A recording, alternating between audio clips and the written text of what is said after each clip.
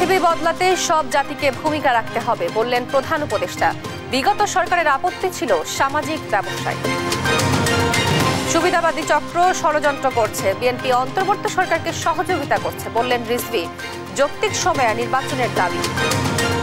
ইঞ্জিনের সমস্যা হওয়ায় উড্ডয়নের পরপরই বাংলাদেশ বিমানের একটি ফ্লাইট হযরত শাহজালাল বিমানবন্দরে জরুরি অবতরণ। বাজারে সবজির দামের পাশাপাশি বেড়েছে মাছের দাম। কুষ্টিয়ায় ঊর্ধ্বমুখী চালের বাজার কেজিতে বেড়েছে 2 থেকে 5 টাকা। আলোচনায় বসতে যুদ্ধকে হাতিয়ার করেছে যুক্তরাষ্ট্র, অভিযোগ ইরানের। হামলায় ট্রাম্পের সবুজ সংকেত ছিল, দাবি ইসরায়েলের। দেখছিলেন শিরোনাম সংবাদ দুপুরে, আপনাদের সঙ্গে আছি আমি তোয়া আফরোজ। এবার বিস্তারিত।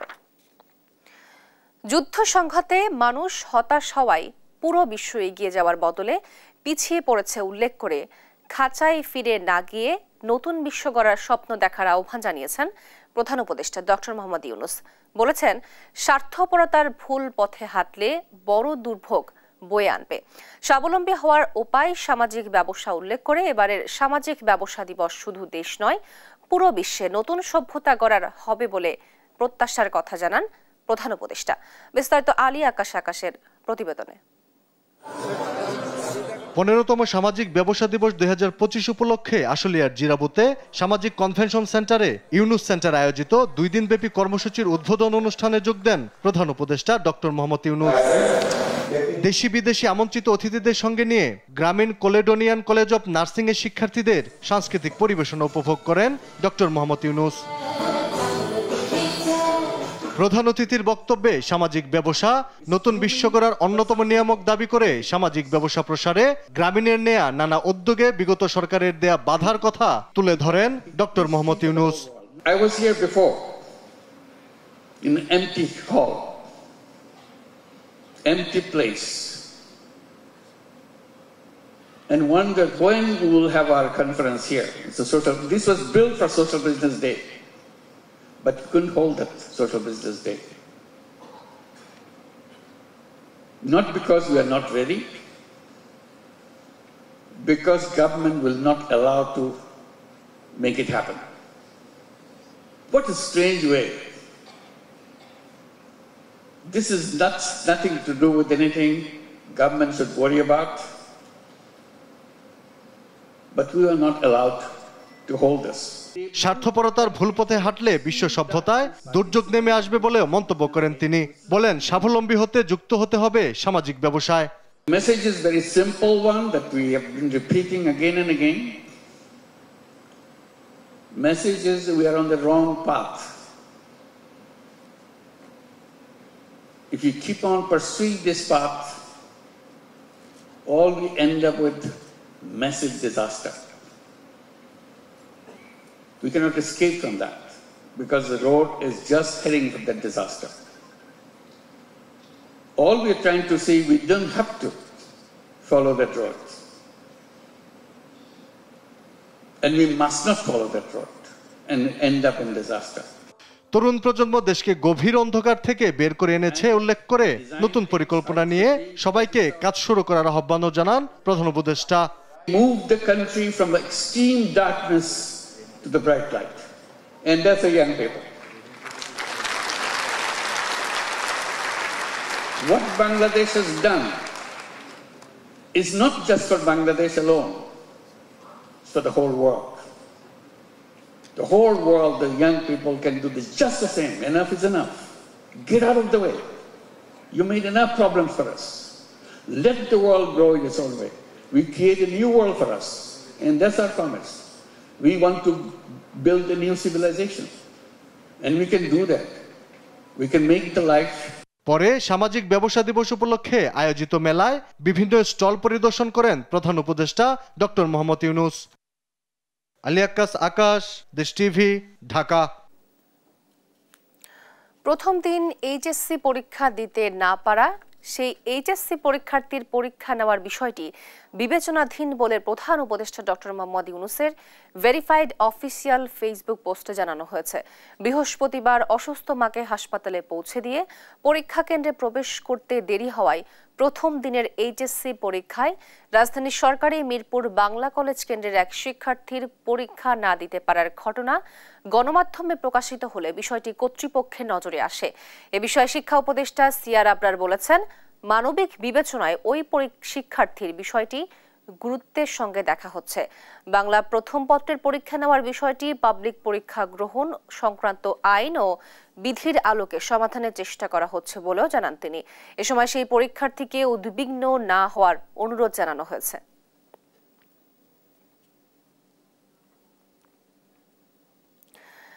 বিএনপির হাইকমান্ডের অনুমতি ছাড়া সরকারি কোনো অফিসে আন্দোলনের নামে হামলা ও চাঁদাবাজি করলে তারা বিএনপির কেউ না বলে মন্তব্য করেন বিএনপির সিনিয়র যুগ্ম মহাসচিব রুহুল কবির রিজভী। শুক্রবার সকালে রাজধানীর নয়াপল্টনে ভাসানী ভবনে পূজা উদযাপন ফ্রন্ট আয়োজিত রথযাত্রা উপলক্ষে আলোচনা সভায় উপস্থিত হয়ে এসব কথা বলেন তিনি। এ সময় তিনি আরও বলেন, কোনো অপপ্রচারে হিন্দু মুসলিম যে সৌহার্দ্য তা ভেঙে ফেলতে পারবে না। আরো বলেন, কোনো উৎসব কোনো বিশেষ সম্প্রদায়ের হতে পারে না, সেখানে সবার প্রবেশের অধিকার আছে। তিনি আরো বলেন, ডামি নির্বাচন নিয়ে যে কথাটি বিএনপি 16 বছর বলেছে আর এখন শেখ হাসিনার দোসররাই তাই বলছে। আর একটি সুবিধাবাদী চক্র নানাভাবে ষড়যন্ত্র করছে। বিএনপি অন্তর্বর্তী সরকারকে সহযোগিতা করছে, যৌক্তিক সময়ে নির্বাচনের দাবি করেন রুহুল কবির রিজভী।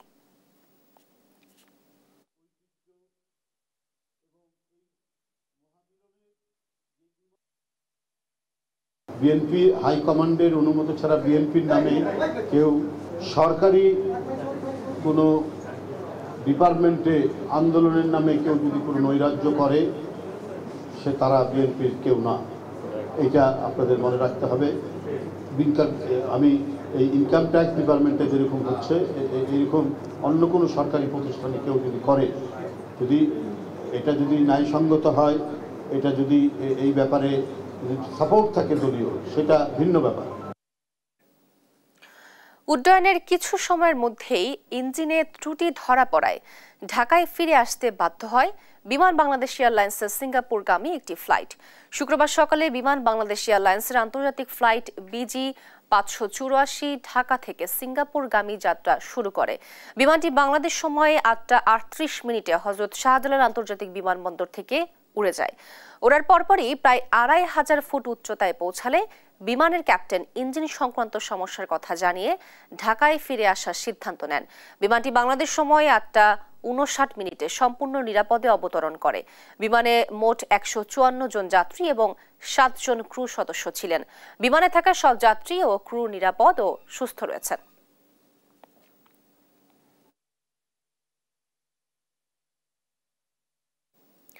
সরবরাহ ভালো থাকায় আলু ও পেঁয়াজের বাজার রয়েছে স্থিতিশীল। একই সঙ্গে সপ্তাহ ব্যবধানে মুরগির দাম কমেছে, তবে চড়া দেখা যায় সবজি ও মাছের বাজার। শুক্রবার রাজধানীর কারওয়ান বাজারে দেখা যায় নিত্যপণ্যের দামের এ চিত্র। সবজির দাম বৃদ্ধিতে ক্রেতারা জানান অস্বস্তির কথা। এদিকে বিক্রেতাদের অভিযোগ বাজার সিন্ডিকেটের। ফাহিম ইউসুফের রিপোর্ট। ঈদের আগের জায়গায় চলে এসেছে রাজধানীর কাঁচা বাজারের চিত্র। নিম্ন ও মধ্যবিত্ত শ্রেণীর ক্রেতারা মাংসের পরিবর্তে মাছ ও ডিমের দিকেই ঝুঁকছেন বেশি। শুক্রবার রাজধানীর কারওয়ান বাজারে দেখা যায় সবজির পাশাপাশি বেড়েছে মাছের দাম। সবজির দাম বৃদ্ধি পাওয়ায় ক্রেতারা জানান নাভিশ্বাস। সবজির দাম তুলনামূলক যা এক্সপেক্ট করছিলাম তার থেকে একটু বেশি আছে। ধরেন কেজিতে 10-15 টাকা বা 20 টাকার মতো একটু বেশি আছে। যারা আমরা মধ্যবিত্ত আছি তাদের জন্য নাভিশ্বাস, আর যারা উচ্চবিত্ত আছে তাদের জন্য আসলে কিছুই না। দিন যাইতে সংসার চালাতে খুব কষ্ট হয়ে যাইতেছে, যে বাজার যেই পরিমাণ টাকা নিয়ে এসে আমরা ব্যাগ ভরে বাজার নিয়ে যাবো পারি না। বৃষ্টির কারণে সরবরাহ কম থাকায় বেড়েছে সবজির দাম। তবে বিক্রেতাদের অভিযোগ দাম বাড়ার পেছনে রয়েছে সিন্ডিকেটের কারসাজি। গত সপ্তাহ থেকে মনে করেন আজকের সপ্তাহে অনেক দাম বেশি, পর্যাপ্ত পরিমাণ মাল ঢুকে না বাজারে, এর জন্যই শর্ট বাজারে, এর জন্যই দামটা বেশি। এদিকে সপ্তাহান্তে কেজিতে 10 থেকে 30 টাকা পর্যন্ত কমেছে ব্রয়লার ও লেয়ার মুরগির দাম। অপরিবর্তিত রয়েছে গরুর মাংসের বাজার, তবে মাছের বাজার রয়েছে চড়া। দাম বাড়ায় অস্বস্তিতে সাধারণ ক্রেতারা। দাম সহনীয় রাখতে সরকারের নজরদারির আহ্বান জানান নগরবাসী। ফাহিম ইউসুফ, দেশ টিভি, ঢাকা। কুষ্টিয়ায় ঊর্ধ্বমুখী চালের বাজার। 2 সপ্তাহ ব্যবধানে সব ধরনের চালের দাম কেজিতে বেড়েছে 2 থেকে 5 টাকা। শুক্রবার জেলার বাজার ঘুরে দেখা গেছে কাজুল্লতা চাল কেজিতে ৩ টাকা বেড়ে বাজারে বিক্রি হচ্ছে ৬৮ থেকে ৭০ টাকা দরে। আবার কেজিতে ২ টাকা বেড়েছে মোটা আঠাশ চালের দাম, যা বাজারে বিক্রি হচ্ছে ৫৮ থেকে ৬০ টাকা কেজি। আর সবচেয়ে বেশি বেড়েছে মিনিকেট চালের দাম, যা কেজিতে ৪ থেকে ৫ টাকা বেড়ে বাজারে বিক্রি হচ্ছে ৭৮ থেকে ৮০ টাকা কেজিতে।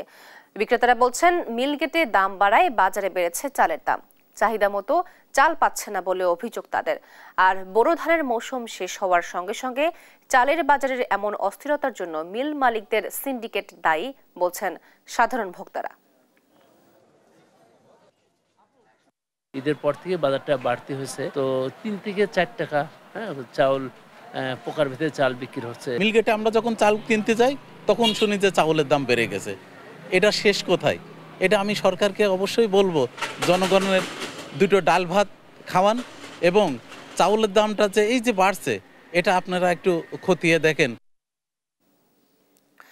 আগামী রাজনীতি যেন ফ্যাসিবাদের জন্ম না দেয়, বরং জনপ্রত্যাশা পূরণ করে বলে মন্তব্য করেছেন জামায়াতের ইসলামীর আমির ডাক্তার শফিকুর রহমান। শুক্রবার সকালে মৌলভীবাজার জেলা জামায়াতের সাবেক আমির দেওয়ান সিরাজুল ইসলাম মতলিবের পরিবারের সাথে সৌজন্য সাক্ষাৎ ও কবর জিয়ারত শেষে সাংবাদিকদের কথা বলেন তিনি। রাজনীতি বাংলাদেশের যেন স্বচ্ছ হয়, সুন্দর হয়। আগামীর রাজনীতিটা যেন আবার ফ্যাসিবাদের কোনো জন্ম না দেয়, বরঞ্চ জনপ্রত্যাশা যেন পূরণ হয়। এই ব্যাপারে রাজনৈতিক দল যারা আছেন তারা যেন সত্যিকার অর্থে মুখে যেভাবে বলেন সেইভাবে দলের স্বার্থের ঊর্ধ্বে উঠে দেশ এবং জাতির স্বার্থকে আমরা সবাই দেখতে পারি। 18তম শিক্ষক নিবন্ধন পরীক্ষার ফল পুনর্নিরীক্ষণের মাধ্যমে চূড়ান্তভাবে উত্তীর্ণ করে সনদ প্রদানের দাবিতে সংবাদ সম্মেলন করেছে বাদ পড়া চাকরির প্রত্যাশীরা। সকালে ঢাকা রিপোর্টার্স ইউনিটি মিলনায়তনে সংবাদ সম্মেলনে তারা জানান, তাদের সঙ্গে বৈষম্য করেছে বেসরকারি শিক্ষক নিবন্ধন ও প্রত্যয়ন কর্তৃপক্ষ। লিখিত পরীক্ষায় পাশ করলেও উদ্দেশ্যপ্রণোদিতভাবে তাদের মৌখিক পরীক্ষায় বাদ দেওয়া হয়েছে। এনটিআরসির এমন আচরণ তাদের বিধিমালার বিপরীত বলে দাবি করেন তারা। জানান, এনটিআরসির কর্মকর্তাদের দায়িত্বহীনতার কারণে দেশে শিক্ষকের সংকট তীব্র হবে। তাই 18তম শিক্ষক নিবন্ধনের মৌখিক পরীক্ষার ফলাফল পুনর্নিরীক্ষা করে সনদ প্রদানে শিক্ষা মন্ত্রণালয় সহ সংশ্লিষ্ট কর্তৃপক্ষের দৃষ্টি আকর্ষণ করেন ভুক্তভোগীরা।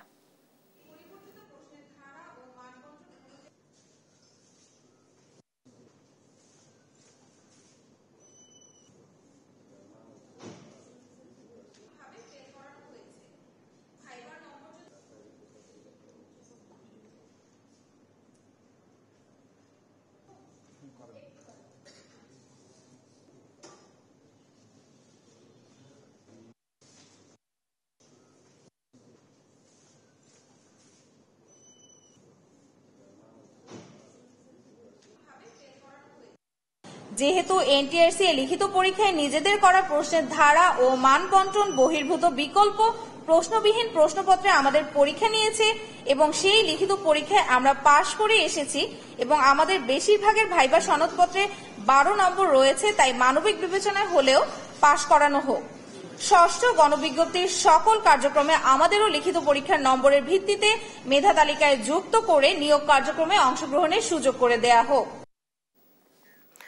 দুপুরের পর থেকে শুরু হচ্ছে সনাতন ধর্মাবলম্বীদের অন্যতম ধর্মীয় অনুষ্ঠান শ্রী শ্রী জগন্নাথ দেবের রথযাত্রা উৎসব।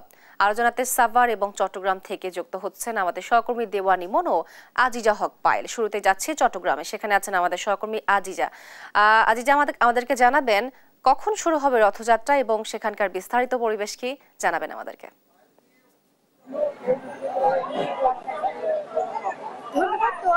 যেমন বলছিলেন, আজ হিন্দু ধর্মাবলম্বীদের অনুষ্ঠান, তাদের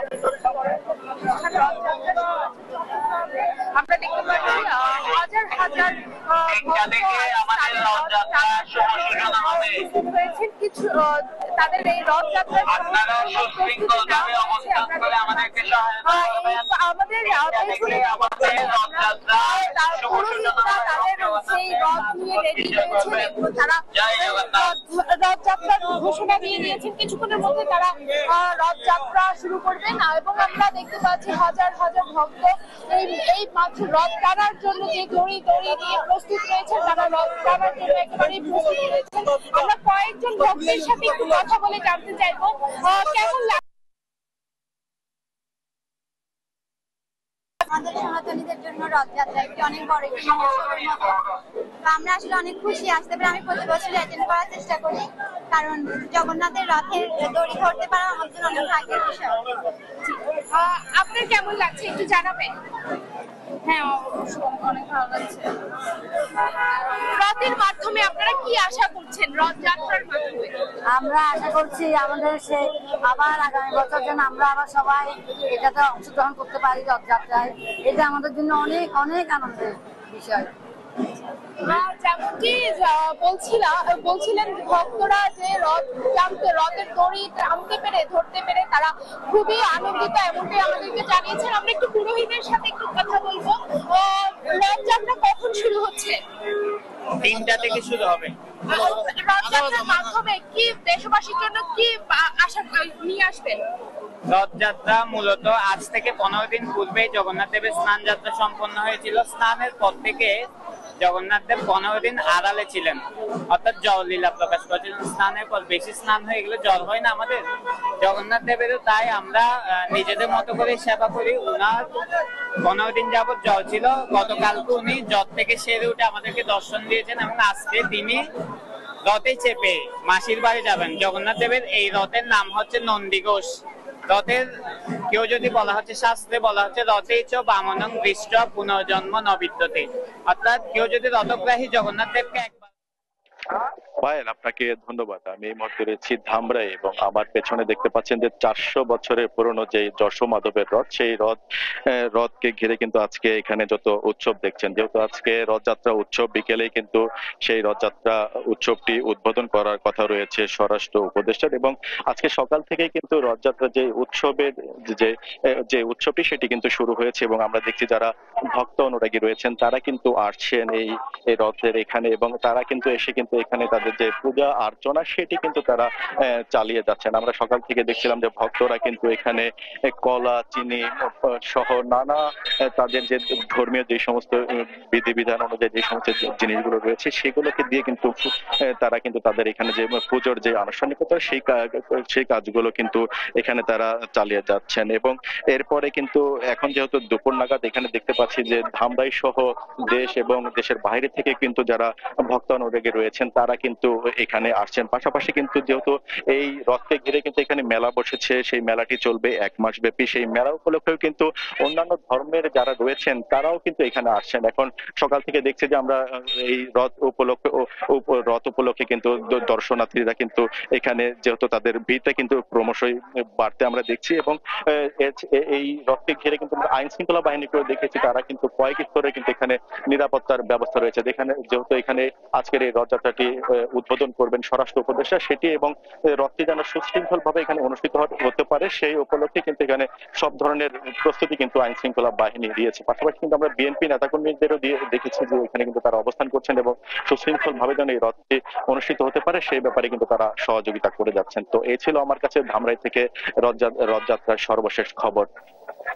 আপনাদের দুজনকে ধন্যবাদ। দর্শক, দুপুরের পর থেকে শুরু হচ্ছে সনাতন ধর্মাবলম্বীদের অন্যতম ধর্মীয় অনুষ্ঠান শ্রী শ্রী জগন্নাথ দেবের রথযাত্রা উৎসব। এ বিষয়ে বিস্তারিত জানাচ্ছিলেন আমাদের সহকর্মীরা। জনসাধারণের সম্পত্তি অবৈধ দখলমুক্ত করার লক্ষ্যে সকল আইনি প্রক্রিয়া সম্পন্ন করে বৃহস্পতিবার খিলক্ষেত এলাকায় রেলের জমি থেকে অস্থায়ী মণ্ডপটি সরিয়ে ফেলা হয় বলে জানিয়েছেন রেলপথ মন্ত্রণালয়ের উপদেষ্টা মোহাম্মদ ফজলুল কবির খান।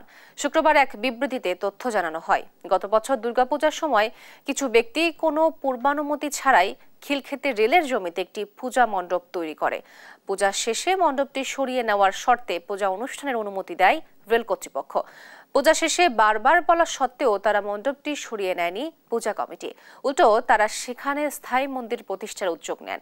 বারবার তাদের এহেন প্রচেষ্টা থেকে বিরত থাকতে বলা হলেও পূজা আয়োজকরা এতে কর্ণপাত করেননি। এ বিষয়ে যে কোনো ধরনের বিভ্রান্তি ও উস্কানিমূলক কর্মকাণ্ড থেকে বিরত থাকতে সকলের প্রতি আহ্বান জানায় রেল কর্তৃপক্ষ।